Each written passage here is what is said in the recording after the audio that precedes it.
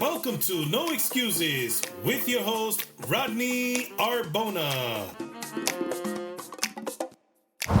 Hey folks, welcome to No Excuses, and my special guest today is Rick Franzo. How are you, Rick? Good, how are you? It's great seeing you, my friend. Absolutely, same here. Great, Rick, you have such a great No Excuses story. The way you've overcame your brain tumor, and I see you today, the way you go about things, you are full of energy. Tell us what happened. My gosh, it's so funny that we're sitting here right now, kind of ironic, because it was almost 10 years this coming month that my journey that I never expected would happen happened. So I was playing horseshoes at a barbecue in May of 2009 when all of a sudden I lost all strength and coordination in the right side of my body. I tried to throw the horseshoe straight. It would go off to the side. I couldn't even reach halfway to the pin. Wow. And it scared me enough, and this was out of nowhere. So again, it scared me enough for me to go to my doctor a couple days later. He sent me to a neurologist. The neurologist did some physical tests and said, yeah, you have some weakness in your right side. We'll send you for an MRI. So a few days later, I go for the MRI. They tell me that I'll get the results in a week or so. So I finish up about 9 o'clock at night, come home, have some dinner, get up the next morning, go to work. Everything is fine. Life is great. And about 10 o'clock in the morning, I get a call from the neurologist. Oh boy. Oh boy, indeed. My stomach knotted up. And of course. he said, Mr. Franzo, we don't usually make this call, but you have a huge brain tumor. Wow. You're going to need surgery. There's a neurosurgeon from a larger hospital here today. You have a 1 o'clock appointment. That same day. That same day. My goodness. And I just dropped the phone. You know, mic drop, it was phone drop. and I thought, I'm dead. Because, I mean, really, what do you know about brain cancers and brain tumors? You don't think of anything good, that's for sure. Nothing good. It has zero good connotations. Right. And I want to make it clear, I've never had cancer. Wow. There's 130 different types of brain tumors, and every one of them has their own set of... Like a markup? A markup and collateral things that happen. So I never had cancer, but it doesn't have to be cancer to be one of the absolute most devastating things to happen to you, for sure. So I knew I had to tell my wife, and I knew she'd be home, and my middle son was home from college. So I left work, I started to drive home, and who do you think the first person I called was? God. I called on him a lot in the coming weeks and months and years, but at that point, no, not really. I was too shocked to even call God. I can't imagine. When a boy's in trouble, he calls his mom. There you go. I called my mom, and I told her, Mom, yeah, I called 1-800-MOM, help me now. And so I told her, I said what happened, and I needed her to go with my wife and I to this amazingly devastating appointment at 1 o'clock. I went home, told my wife, as you can imagine, it was chaos. We don't have time to go into that right now. That's understandable. We went to the appointment, my wife, my mom, and I, and the neurosurgeon pulled it up onto the screen, and he said, what you have here is a meningioma, a mostly benign, air quotes, and I despise that term benign because it indicates harmless. And this tumor was anything but harmless, but it wasn't cancerous. Benign brain tumor, it encompasses pretty much your entire head. We don't know how you're alive. Oh my goodness. It hit at the barbecue what they call critical mass. So it pushed my brain down as far as it could go, pushed my skull up 4.5 centimeters. I shouldn't have even been alive. And he said, at this point, you have 2 weeks or less to live. Oh my He put me on medication so that the swelling would go down and so I wouldn't have a seizure, which I didn't at that point. I was pretty asymptomatic. He said, it's going to take 2 teams of neurosurgeons to remove this beast. That's a good name for it, a beast. A beast, yeah. And people name their tumors when they do it. And it sounds, and I wouldn't, oh, Charlie here, we're getting rid of Charlie. Or what. I never gave mine the respect because it disrespected me. I'm not going to give it the respect back, right? Good for you. So 3 weeks later, a little less than 3 weeks later, I had surgery, 10.5 hours of brain surgery. God. And they drilled a dozen holes into my head. They removed the tumor. I'm going to give you all a spoiler alert. I lived. And so, is that really you here? Yeah, it's really me. For better, as my wife may say, for worse. There's no wind-up back there, right? There's kind of it. So I came out of the surgery okay. They couldn't save my skull. So they did like any good contractor would. They put down a titanium plate, they screwed it down, they put bone plaster on my real scalp, and voila, still pretty. Voila, and internet. so there you go. Yeah, exactly. No CGI out here or anything, it's true. But I did have collateral damage from my benign brain tumor, and that was that I was paralyzed from the waist down. And that was devastating. Sure. They said I may never walk again. So I was in the hospital for 8 days. They transferred me to a rehab facility up here in the Poconos, so I was closer to home. They made special accommodations so they could actually take care of what it was. And through divine intervention, whatever you want to call it, the universe, within a couple days of getting there, I showed a little bit of movement in my right leg. Wow. And my goal, and it was the first time that I really had to set a goal for myself, Rodney, and that was on my therapy board. They said, what do you want?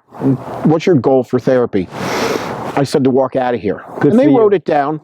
No one believed it. The doctors, the nurses, the therapists, my family, nobody. The only one that believed it was me. You. Well, going in there, the first thing the doctor said, you might never walk again. So they already planted that seed to everybody surrounding your support system that we should expect this. It shouldn't be unexpected. They've seen this before. When it comes to the brain, there's no hard, fast rules. There's nothing set in stone. So the rewiring process can happen. It can happen depending on the damage. My damage was severe, and that's an understatement. Look at the size of it. It was huge. It was the size of a cheeseburger. The neurosurgeon said that the two of them, which had 67 years of neurosurgery experience between them, said they've never seen anything that big. My goodness. And it was absolutely a miracle that I survived the surgery. But then another miracle 6 weeks later, through the help of the therapists and a lot of hard work on my part and a lot of support from my family and friends, I walked out of there with leg braces and with a walker. I walked out of there on my own. So my mission was accomplished in that way. My goal was achieved. But I realized something, Rodney. I had amazing support.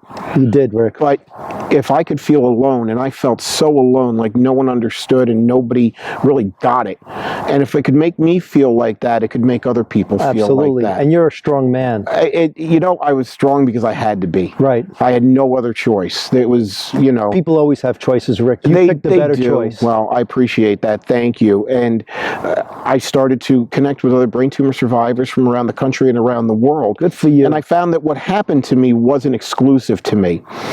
And so I started to walk with them on that path.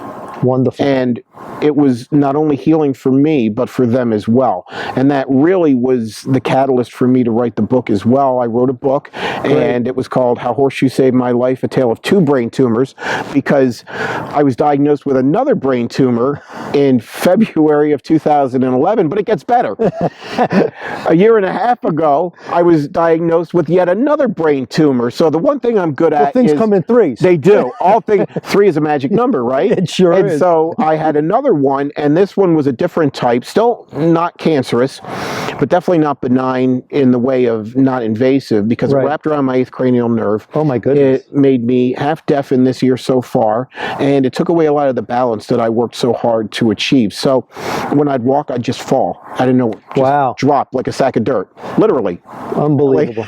And so that sack of dirt had to get picked up again and kind of move on down. Add some water to it. Add some water to it, cultivate it, right? Yeah, it'll grow. And so that's what happened. But that's my journey, and that really led into a lot of what I do professionally now. That's great, Rick. I love how you took what happened to you, and then what did you do? You didn't stop there.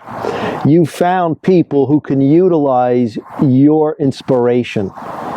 Because I can't imagine, and no one watching this can unless they experience what you experienced. Right. And not only once, but 3 times. I mean, getting up once is a challenge in itself.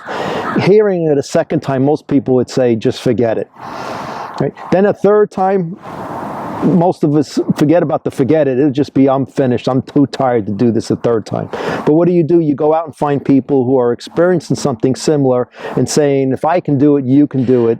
And you give that true no excuse lifestyle that you and I've talked about behind the scenes. It's so inspiring. We're responsible for everything that happens in our lives. We the are. good, the bad, the ugly. Absolutely. That energy is amazing. It is. And so you never know who's watching you at any given time and getting inspiration from you. So, and not only you didn't stop there. You then go on to creating and establishing a company, because I see you buzzing around town all the time from a distance or at networking groups, or even kind enough to get in front of everybody to inspire us as well. And what a true gentleman you are to give a community, and multiple communities, not just ours, this inspiration, Rick. Thank you. I appreciate your kind words. You're so welcome, my friend. Thank you. So what is it like coming out of all this and writing a book and then saying to yourself, now I'm going to even start a company? It's kind of the natural progression, without a doubt. It's like it all kind of flowed into one flowed into the other, kind of like dominoes a little bit. So one led to the other. And you grew into it. I did grow into it, yeah, for sure, definitely. And you grew into something that even has the name called growth.